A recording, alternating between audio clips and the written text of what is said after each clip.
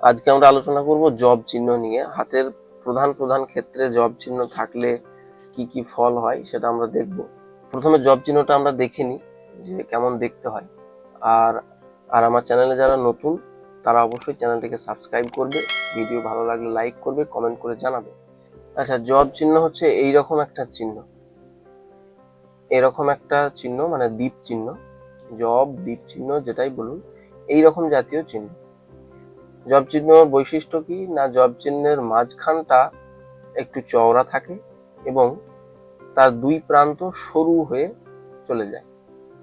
এই যে দুই প্রান্ত, এই দুই প্রান্ত দিয়ে সরু হয়ে যায় আর মাঝখানটা চওড়া থাকে।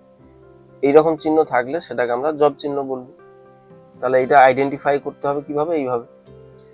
এবার জব চিহ্ন কোথায় থাকলে কি ফল হয় সেটা দেখা যায়।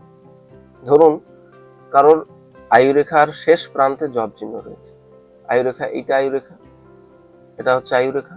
তাহলে আয়ুরেখার শেষ প্রান্ত, ধরুন এখানটা শেষ প্রান্ত, এখানে কারোর একটা এরকম একটা জব চিহ্ন তৈরি হয়ে গেছে।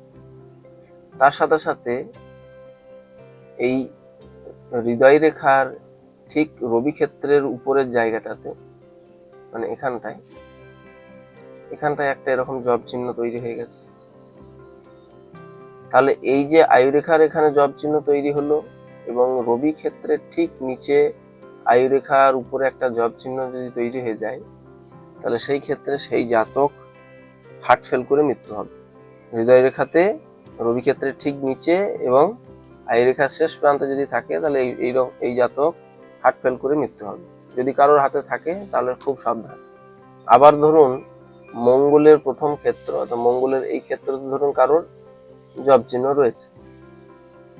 আমার জব চিহ্ন যদিও খুব একটা ভালো হচ্ছে না, হ্যাঁ, আর সুন্দর করে হাতে তো জব চিহ্ন থাকে না, একদম তুলি দিয়ে কেউ আঁকে সেরকমও তো নয়, আপনাকে বুঝে নিতে হবে যে জব চিহ্ন কেমন।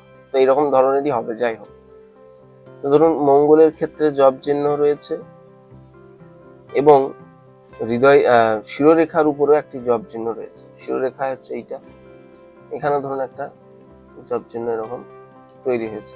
শিরোরেখার উপরে জব চিহ্ন এবং এই মঙ্গলের প্রথম ক্ষেত্রে এখানে জব চিহ্ন যদি থাকে, তাহলে সেই জাতক জন্মগত অপরাধী বা অপরাধ প্রবণ মানসিকতা এদের জন্মগত লক্ষণ। এরা কাউকে মারতে বা হত্যা করতে দ্বিধাবোধ করবে না। এদের মধ্যে সেই রকম একটা টেন্ডেন্সি জন্মগত সূত্রে এরা পেয়ে থাকে। তাহলে দুটি দিককে খেয়াল রাখতে হবে। কোনটা কোনটা না, সেটা হচ্ছে গিয়ে একটা আপনার শিরোরেখার উপরে, আর একটা কোনটা, আর একটা হচ্ছে গিয়ে এই আপনার মঙ্গলের ক্ষেত্রের উপর।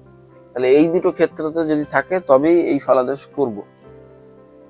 আবার ধরুন যদি হৃদয় রেখাতে যদি থাকে, ধরুন হৃদয় রেখায় একটা জব চিহ্ন এরকম তৈরি হয়েছে হৃদয় রেখার উপরে। তার সাথে সাথে ভাগ্য রেখাতে ধরুন একটা জব চিহ্ন তৈরি হয়েছে। ধরুন এরকম একটা জব চিহ্ন তৈরি হয়েছে ভাগ্য রেখার উপরে আর হৃদয় রেখার উপরে। তাহলে কি হবে?